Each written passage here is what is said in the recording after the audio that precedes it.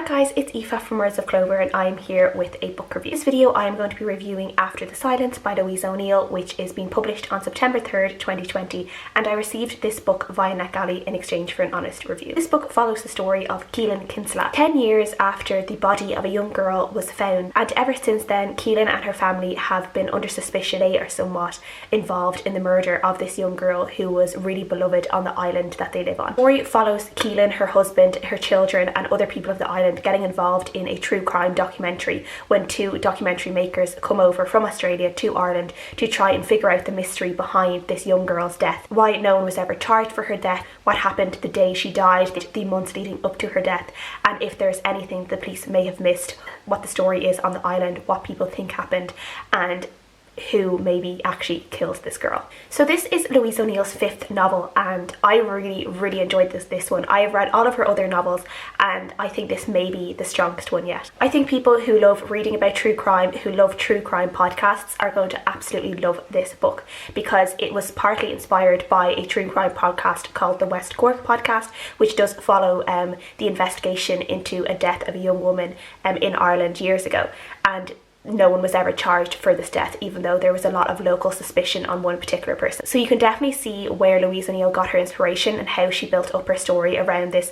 death on this really small island that has a very small population, the way everyone acts towards certain people who are just more suspicious than others. I really love the way this book was formatted. We were getting a before storyline and a current storyline following Keelan, who is the main character in the story, and she's an older character as well, which I really enjoy too. And then dotted in between these timelines, we're also getting snippets of other interviews with other people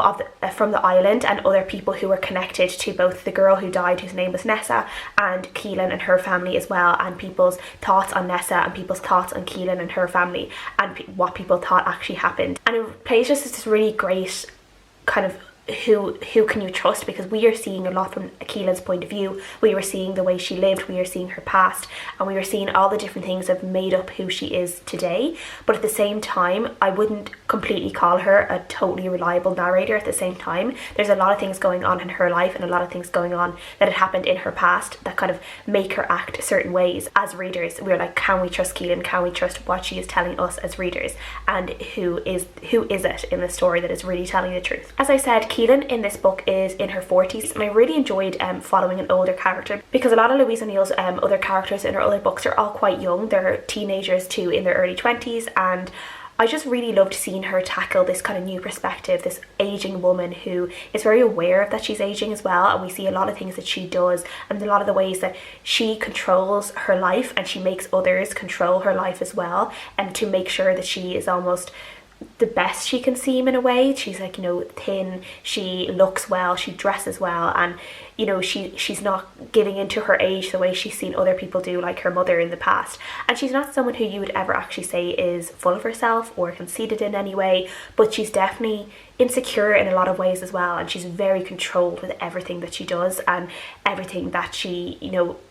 exudes to the public. There are trigger warnings in this book for a lot of discussions around domestic abuse, both physical abuse as well as emotional manipulation and gaslighting and things like that. Keelan talks very openly throughout this book about how she was physically abused in a past relationship, and in this book with Keelan's other relationships, I feel like you were definitely seeing other forms of abuse, and it definitely made me think the way even in terms of emotional abuse, how emotional abuse has so many different levels and how it can be so subtle. And I think Louise O'Neill did a really great job in being able to portray these type of relationships that even on both parts it doesn't seem like anything big, but when all these little things are put together and you like line them up in a row and you look at them, you realize what type of relationship it is and how damaging it can be, and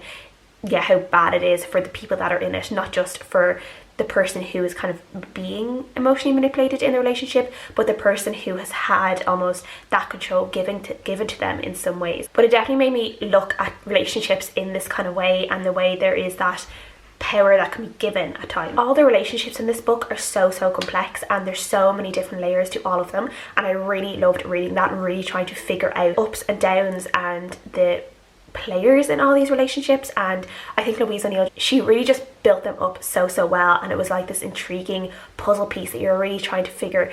out. There was not only Keelan's relationship with her husband, there was Keelan's relationships with her friends, and then her husband's relationship with the island as a whole, because he comes from a family who, even though they had been a part of the island for a long time, from the time he was young, they were still seen as almost like blow-ins and seen as strangers because they hadn't been on the island for generations. This real small insular community, and people who come in, and it's very hard sometimes to really fit in with the locals and really make yourself at home and be accepted as part of the community. And you see how that can affect someone and how it can make someone strive really hard and go above and beyond, but also sometimes over the top and go too far in trying to belong and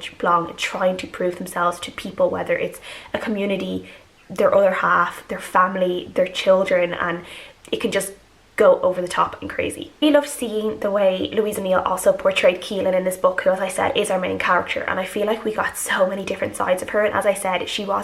I wouldn't say she was an unreliable narrator, but she definitely wasn't 100% reliable either. There were things that you could definitely tell from the start she was holding back. You knew that she had this secret, you knew that there were things that she wasn't saying, and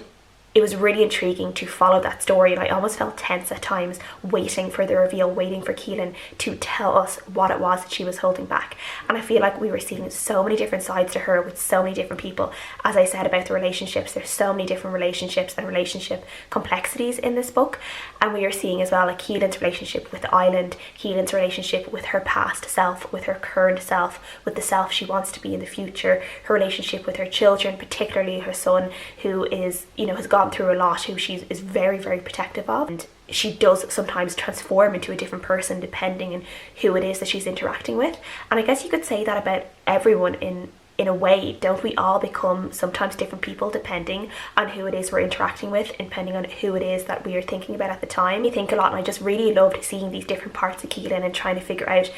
which parts of her were real, which parts are truly her. Another small thing that I really loved in this book, that I really appreciated as well, was just the level of Irishness in it, and not just like the fact that it was Irish, but there was a lot of just like really lovely cultural things in there as well. And because this is an island community, obviously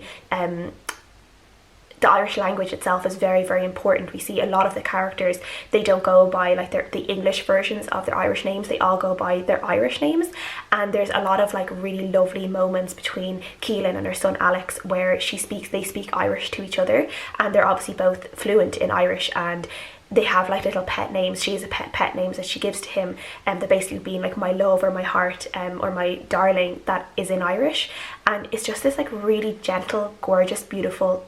thing that's inserted into the narration that might not, like, I guess someone who is reading it who might not be Irish or who might not know anything about the Irish language, it wouldn't mean anything to them. But for me, it meant something, and it just was that lovely thing of seeing in a book, and I just appreciated it so much, and it was just done so beautifully. As I said, it didn't take away from the story, but for people who it would mean something to, it added an extra element to the story, which it certainly did for me, and I think it will do for other Irish readers. So I just loved the mystery in this book. I loved trying to figure out what was happening. I loved the relationships. I gave this book a 5 out of 5 stars, and I think this is really, really good for people who love true crime, people who love thriller crime aspects in general. Like Louise O'Neill really went